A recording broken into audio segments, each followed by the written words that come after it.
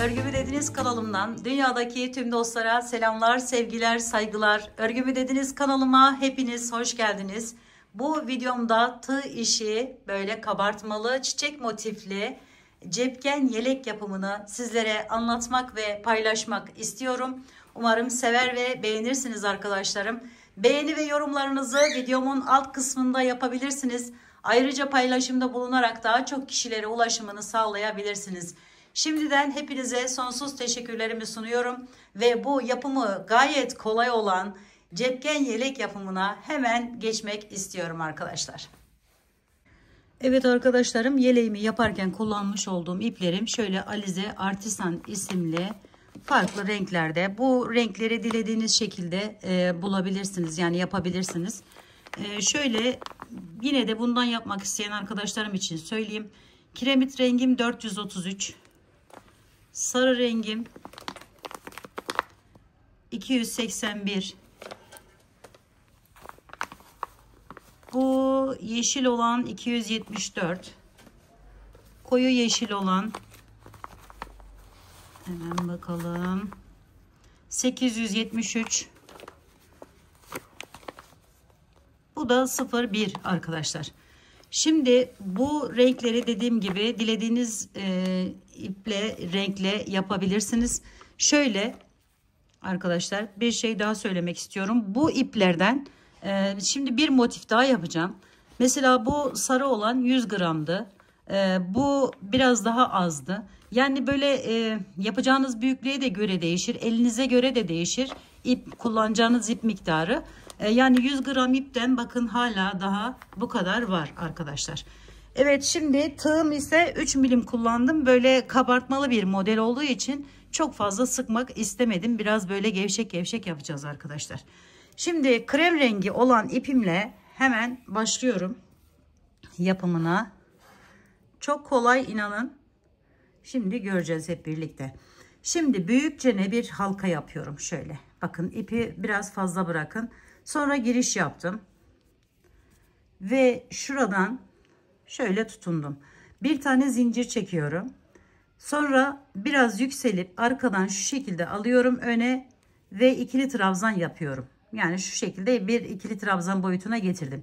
Hemen yanına 3 tane ikili trabzan yapıyorum. 1, 2 ve 3.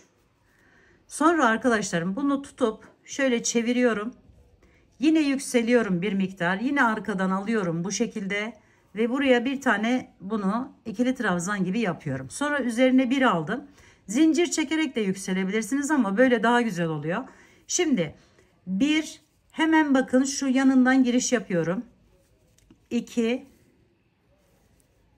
3. Sonra sondakinden de giriş yapıyoruz şöyle içinden. 4. 4 tane yine ikili trabzan yaptım bunun üzerine. Sonra arkadaşlarım 2 tane zincir çekiyorum. Üzerine 1 aldım. Geliyorum, bakın bunu bu şekilde tutuyorum, çevirdim.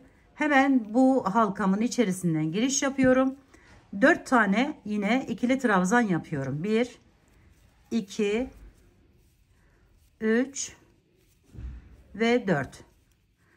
Sonra yine çeviriyorum arkasını. Yine şu şekilde alarak bir tanesini yapıyorum ikili trabzanın.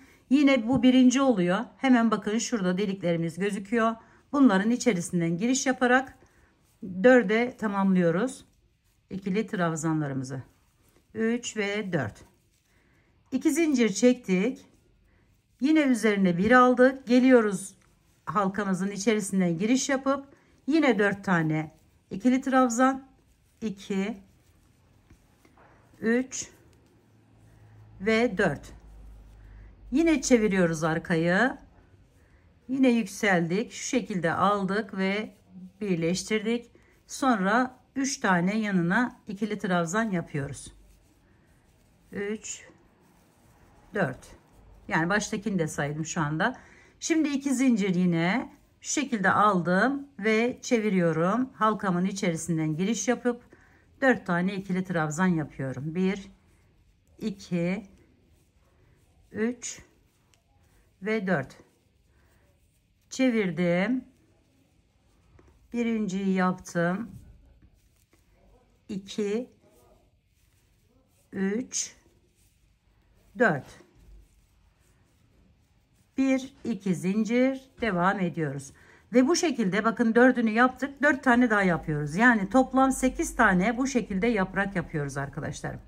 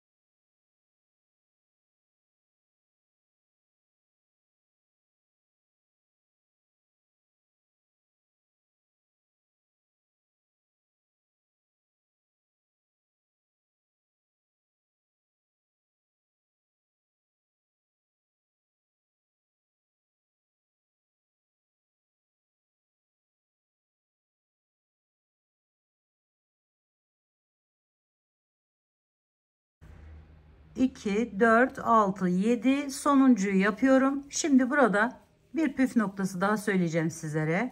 2 3 daha önce izleyenler bilirler. Şöyle dördüncüye geldim. Şunu alıyorum, iyice sıkılaştırıyorum arkadaşlar. Şu şekilde sıkılaştırdım ve bununla birlikte yani iki ipimi birlikte örüyorum. Böyle yaparsanız hiç çıkma olmuyor arkadaşlarım. Hem de ipi gizlemiş oluyoruz. Şimdi yine çeviriyorum. Şu şekilde yükseldim biraz. Arkadan aldım. İlkini yapıyorum. Sonra üzerine bir alıyorum. Devam ediyorum aynı şekilde. 2 3 ve 4. Şu fazlayı da kesebiliriz arkadaşlar. Makasımız.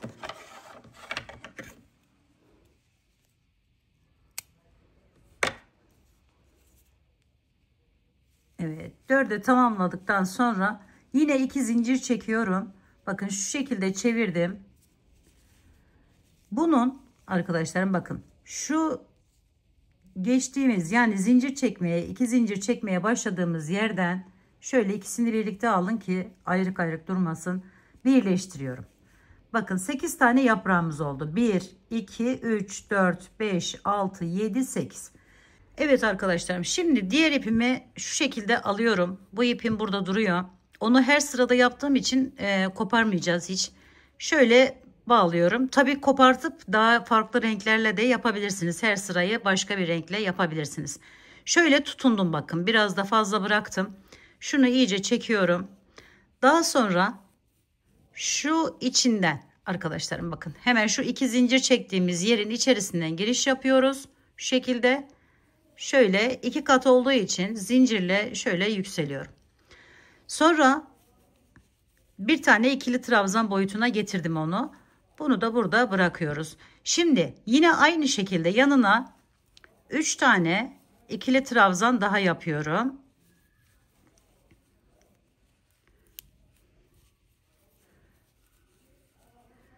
Sonra çeviriyorum.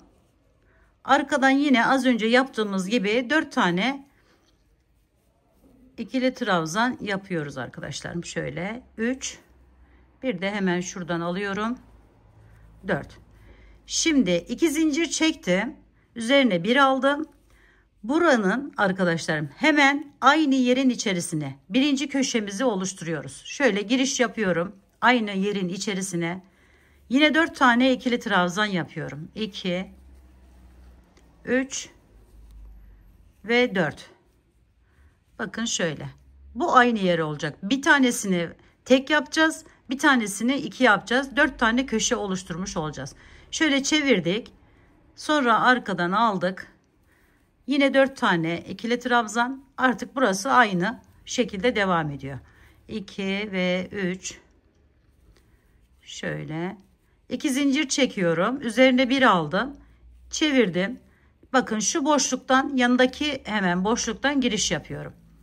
Oraya da yine 4 tane ikili trabzan yapıyorum. 2, 3, 4. Çevirdim. 1, 2, 3, 4. 1, 2 zincir. Üzerine 1 aldım. Bir diğerine geçiyorum arkadaşlar.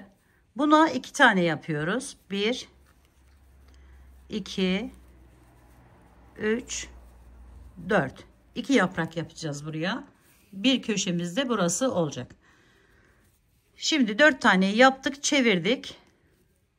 Hemen birinciyi yapıyoruz. Yaprağımızı normal bir şekilde yapalım.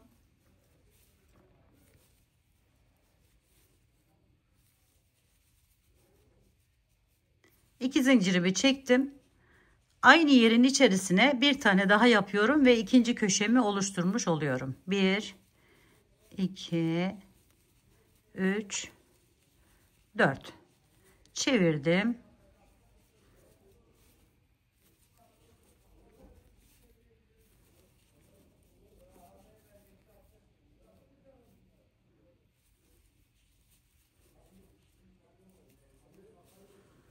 Şimdi 2 tane yaptım. Sonra buraya geçiyorum. Bir tane yapıyorum.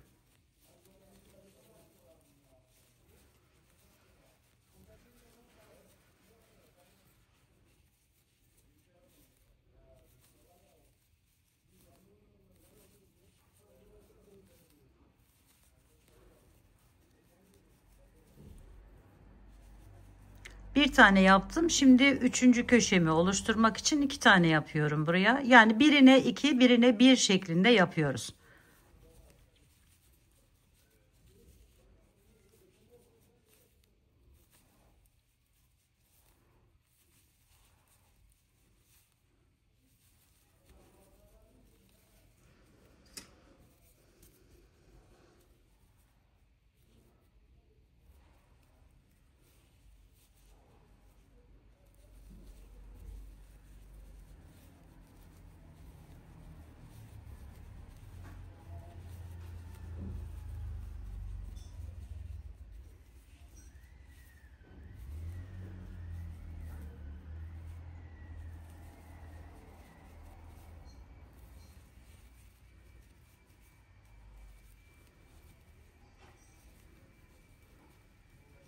Şimdi buraya da 2 yaptık. Buraya bir tane yapacağız.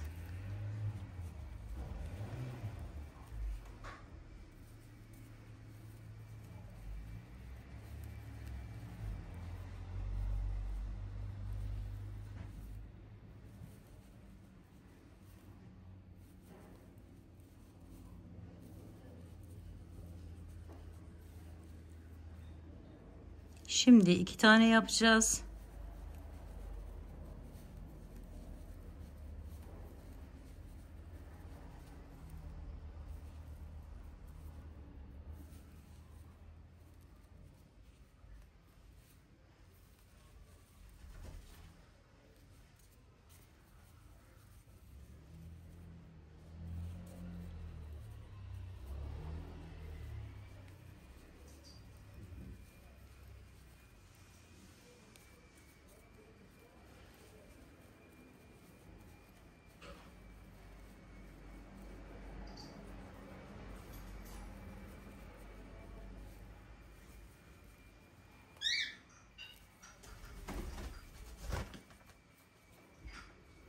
2 yaptım. Bakın arada bir tane yerim kaldı. Oraya da bir tane yapıyorum arkadaşlar.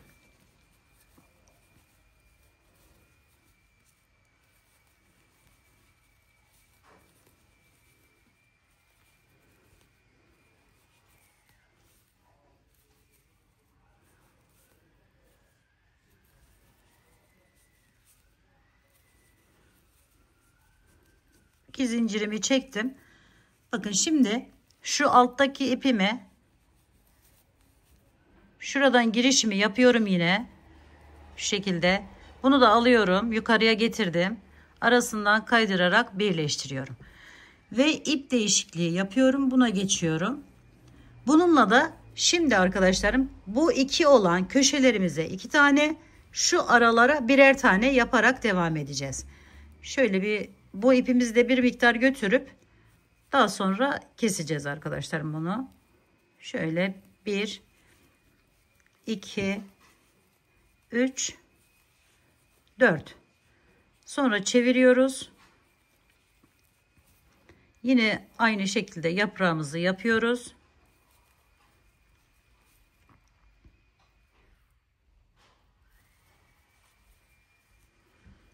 İki zincirimizi çektik. Üzerine aldık ve yine aynı yere köşe olduğu için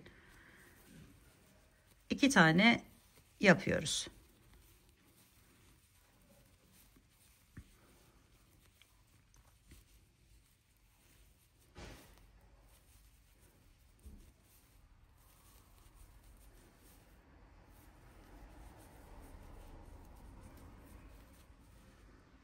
Şimdi bakın bu köşeyi yaptıktan sonra hemen araya giriş yapıyorum. Bir tane yapmıştık az önce. Şimdi 2 tane araya tekli olan yeri yaparak devam ediyoruz. Modelimiz bu şekilde büyüyor arkadaşlar. Şöyle dörtledik. Şimdi çevirdik. Buraya da 4 tane yapıp 2 zincir çekiyoruz. 1 2 çevirdim.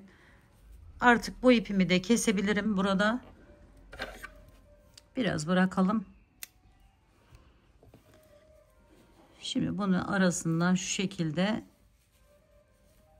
götürüp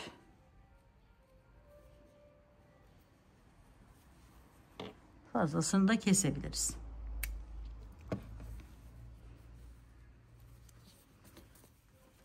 İki zinciri çektim. Şimdi üzerine bir aldım. Yanındaki boşluğa geçiyorum. Bakın şu boşluğa geçiyorum.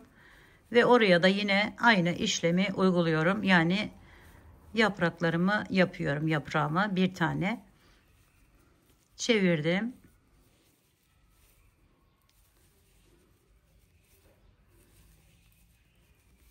Üç ve 4. 1 2 zincir çevirdim. Köşeye geldim. Köşeye 2 tane yaprak yapıyorum arkadaşlar.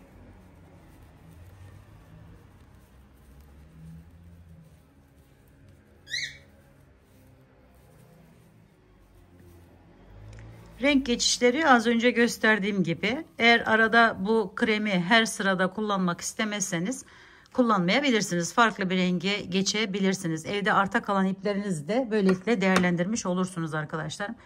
Evet arkadaşlar, motifimizin büyümesi bu şekilde. Şimdi bu büyüklüğü kime yapacaksanız 2 motif, 3 motif, 4 motif, yani daha küçük yaparak motif sayısını arttırıp daha farklı bir görünüme sahip olan bir çalışma yapabileceğiniz gibi, böyle benim yapacağım gibi 8 tane motifle bir yelek oluşumunu da yapabilirsiniz arkadaşlarım. Şimdi bunu aynı ölçülere getireceğim. Birazdan eklerken daha detaylı bir şekilde sizlere anlatacağım. Eklemesini de göstereceğim ayrıca sizlere. Evet, şimdi bu motifi ben bunun gibi aynı şekilde olacak şekilde yapıp geleceğim arkadaşlarım ve ekleme işlemine artık geçeceğiz. Bu motifimi de son sırasına geldim. Son sırada ekleyerek ben bunları yaptım. Sadece şunu eklemiyoruz. Bunu da sizlere göstermek için ekleme yapmadım. Alt kısmını nasıl ekleyeceğimizi iyice göstermek için. Şimdi dediğim gibi 8 motiften oluşan bir yelek yapımını paylaşıyorum sizlerle. Şimdi bu 2 motif bu soru çok soruluyor. Bu bilgi çok soruluyor.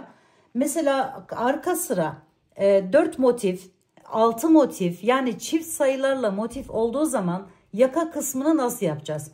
Şimdi 2 motifimizi ekledik gördüğünüz gibi. Şöyle hiçbir şey olmadan. Bu öne ekleyeceğimiz motifimizi arkadaşlarım tam orta kısma gelecek yerde bakın şöyle bırakıyoruz. 1, 2, 3 tane bırakıyoruz. Bu da bizim şöyle yaparak bir yaka oyuntusu oluşmasına neden oluyor. Bu kısmını bu şekilde yapıyoruz arkadaşlar. Böyle motifle çalıştığımız zaman.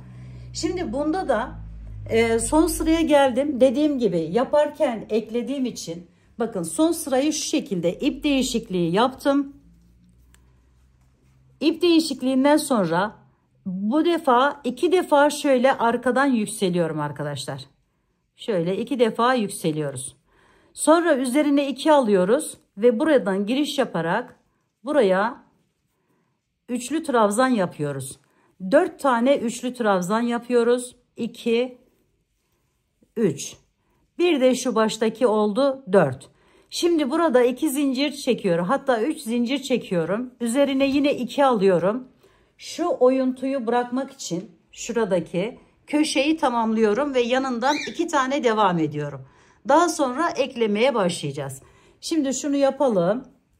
Köşe olduğu için 2 tane dörtlü üçlü trabzan yapıyorum buraya. Bu ipimi de birazdan keseceğim. 2 3 4. Şimdi araya bir tane zincir, üzerine bir aldım, yana geçiyorum. Şunu keselim hatta. Şöyle 2 doladım. Bir zincirden sonra bakın hemen yanındaki boşluğa giriş yapıyorum. Buraya dörtlü trabzan, üçlü trabzan yapıyorum. 4 tane. 2 ve 3 ve 4. Buradan bir zincir çekiyorum. Üzerine bir aldım. Diğerine geçiyorum arkadaşlarım. Diğerine de yine 4 tane üçlü trabzanımı yapıyorum.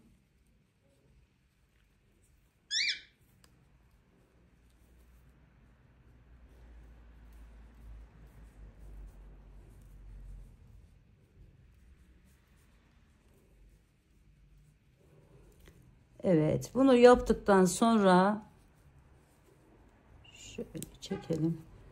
Evet, 4 tane yaptım.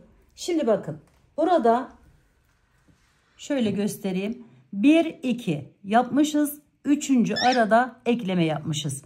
Bu da aynı şekilde şöyle 1 2 köşeden sonra 1 2 atlıyorum. Yani şu anda oradayım. Bir zincirimi çektim. Geliyorum bakın. 1 2 atlayıp üçüncü şu boşluktan giriş yaparak şu şekilde alıp kaydırarak bağlıyorum. Bir tane zincir çekiyorum. Üzerine 2 doluyorum. Geliyorum buraya. Bu boşluğa giriş yapıyorum. Yine buraya 4 tane üçlü trabzan yapıyorum. 2 3 ve 4. Şimdi bir zincirimi çekiyorum, geliyorum. Bakın şuradan giriş yapıyorum. Buradan kaydırarak bağladım. Tekrar bir zincir çektim. Üzerine 2 doladım. Geliyorum diğer boşluğa. 2 3 4. Bir zincirimizi çektik. Diğerine geçtik. Bir zincirimizi çektik. 2 doladık. Bu şekilde ekliyoruz bakın. Bunu devam ettiriyorum. Bu köşeye kadar ekleme yapıyorum arkadaşlar.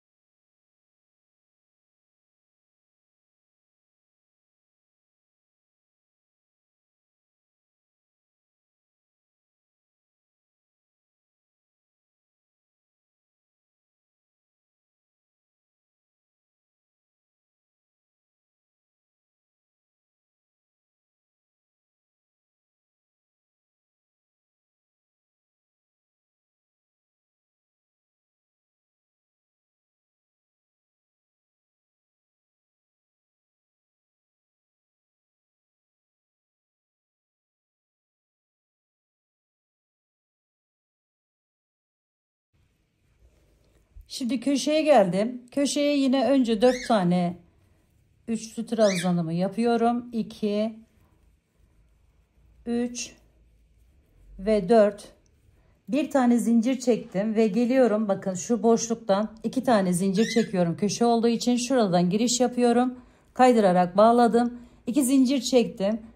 Burayı artık kol boşluğu olması için böyle eklemeden devam ediyoruz. Yani normal bir şekilde şuradaki gibi gördüğünüz gibi yapıyoruz arkadaşlar. Şimdi daha sonra ise buraya geldiğimizde burası aynı. Eklemesi bu şekilde arkadaşlarım. Buraya geldiğimizde bakın şu köşeye buraya yine üçlü trabzanımızı yaptıktan sonra 4 tane yine 2 zincir çekiyoruz. Buradan giriş yapıyoruz ve bunu da alıyoruz. Şöyle şurayı. Bunları birbirine ekliyoruz burada arkadaşlar. Ve bu kısmını şu şekilde ekleyerek devam ediyoruz. Aynı yukarıda yaptığımız gibi alt kısmını da ekliyoruz. Birbirine şurada gördüğünüz gibi olacak. Daha sonra buradan devam edip en son bu köşeye geldiğimiz yerde bu motifimizi de tamamlamış oluyoruz. Bu yanları ise açık kalacak arkadaşlarım. Şöyle ilk başta gördüğünüz gibi yanları açık bir yelek çalışması olacak. Yaka kısmını da bu şekilde oluşturmuş oluyoruz zaten. Evet ve buradan bir ip geçirdikten sonra artık yeleğimiz kenarını da çevireceğiz ve yeleğimiz kullanıma hazır hale gelmiş olacak. Evet şimdi dediğim gibi buradan başlayalım. Devam edelim yani. Buraya gelelim. Burada şuradaki gibi ekleyelim arkadaşlar. Bakın. Şurada motiflerimizi burada birleştirelim. Daha sonra şurayı yapalım ve burayı da tamamlayalım. Evet arkadaşlarım şimdi bakın burayı normal bir şekilde yaparak geldim. Buradan alıyorum. Köşeye geldim. Köşe yerindeyim. Diğer motifimi ekleyeceğim buraya. Şöyle buraya 2 tane zincirimi çekiyorum önce. Daha sonra ise bakın bu 2 zincirden sonra şu arka motifin birleşim yeri, bakın arka 2 motifin birleşim yeri, buradan şu şekilde giriş yapıyorum, alıyorum ve buraya bağlıyorum. Daha sonra ise alta ekleyeceğimiz motifimiz bu, bakın tek. Buraları yeni başlayan arkadaşlarım için söylüyorum. Bilen arkadaşlarım geçebilir. Şimdi bunun da köşesi burası. Bakın şöyle. Hemen buradan köşeden girişimi yapıyorum. Şöyle alıp kaydırarak bağladım. 2 tane zincirimi çektim. Şöyle çevirelim. Burayı birleştirmiyoruz. Burası altı böyle yırtmaçlı bir yelek olacağı için orayı birleştirmeyeceğiz. Şimdi burayı birleştiriyoruz bakın. Burayı da aynı yukarıda yaptığımız gibi 2 zincirimizden sonra örerek birleştirme yapmamız gerekiyor arkadaşlarım. Öyle yaptım ben. Farklı şekillerde de bilen arkadaşlarım yapabilir. Yine 4 tane üçlü trabzanımı yapıyorum. Köşemin diğeri oluyor. Bir zincirimi çektim, geliyorum. Bakın şu köşenin hemen yanındaki şuradan giriş yapıyorum ve buraya ekliyorum. Bir tane zincirimi çekiyorum, üzerine 2 aldım, yandaki boşluğa geçtim. Aynı yukarıda yaptığımız gibi yaparak tamamlıyoruz.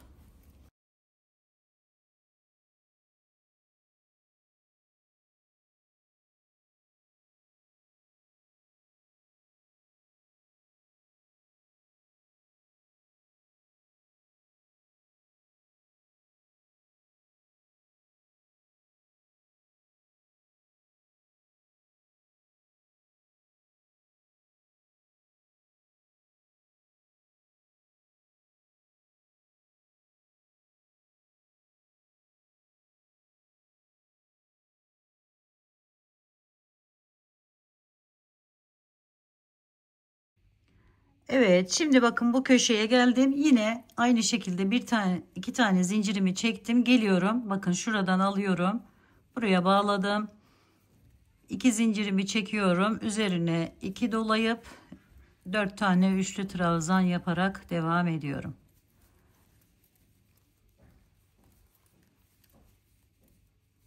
Bir zincir çektim araya. Sonra buraya kadar tamamlıyoruz arkadaşlar. Normal bir şekilde herhangi bir ekleme yapmadan.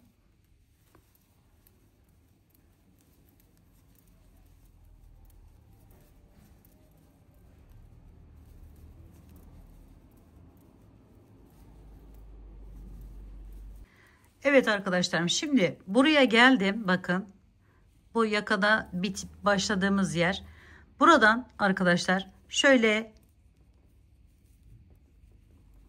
1 2 3 4 tane zincir çekiyorum.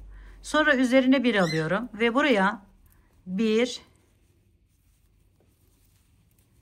2 3 tane ikili trabzan yapıyorum. Daha sonra geliyorum. Şu bakın köşemiz, buradan giriş yapıyorum ve buraya sık iğne ile bağlıyorum. 1 2 3 4 zincir, 3 tane ikili trabzan, 1 2 3. Sonra geliyorum.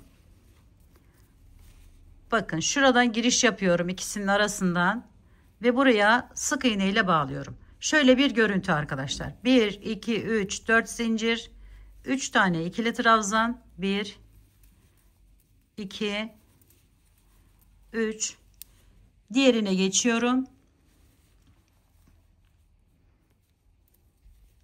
Sık iğne ile bağladım. 1 2 3 4 1 2 3. Geliyorum, bakın bu köşe yani birleşim yeri yakanın şöyle sık iğne ile bağlıyorum ve şu görüntüyü elde ediyorum. Şu ipimi alttan saklarım birazdan. Şöyle arkadaşlar, bu şekilde yaparak bakın buradan başlıyoruz. Bütün bu eklemeden bıraktığımız şu koltuk altı mesela gelen yerimiz, her yerini bu şekilde tamamlıyoruz arkadaşlar. Ve kol uçları, daha sonra da kol uçlarına şöyle şuralara da aynı işlemi uyguluyoruz ve kenar görüntüsü de böyle bir güzelliğe sahip oluyor arkadaşlarım böyle yapınca. Evet, şimdi bunu yapalım. Evet arkadaşlarım, şimdi ipini yapmayı gösteriyorum. Şöyle belirli uzunlukta bir ip kestim. Şurayı şöyle alıyorum. Farklı şekillerde de yapabilirsiniz. Dilerseniz bunu zincir de yapabilirsiniz. Şimdi şöyle tutalım. İkiye ayırıyorum. Ve bunu çeviriyorum şöyle. Bir tanesini iyice şöyle çeviriyoruz.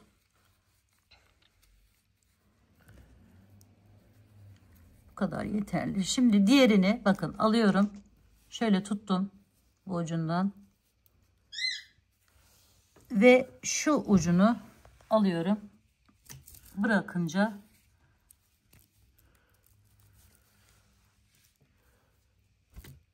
şöyle oluşuyor. Şimdi bunu da yeleğimizin önüne ve yanlara takıyoruz. Şu ip. Ve buhar ütüsü arkadaşlarım, bakın zaten kabartılı olduğu için şöyle yukarıdan ütü buharı veriyoruz. Bu ip çok seviyor çünkü, o yüzden yapıyorum arkadaşlarım. Ve motiflerimi şöyle tutup elle şöyle yaparak daha güzel bir hale getiriyoruz. Evet arkadaşlarım, bakın kenar iplerini, buhar ütüsünü yaptıktan sonra yeleğimiz bu hale geldi. Umarım sizler de sevmiş ve beğenmişsinizdir. Yapacak olan arkadaşlarıma şimdiden kolaylıklar diliyorum. Örgümü dediniz kanalıma abone olmayı, beğenmeyi, yorum yapmayı, paylaşımda bulunmayı unutmazsanız çok mutlu olurum. Bir dahaki en farklı, en değişik örgü model, teknik ve tasarımlarında görüşmek üzere. Hoşça kalın, sağlıkla kalın. Allah'a emanet olun arkadaşlar.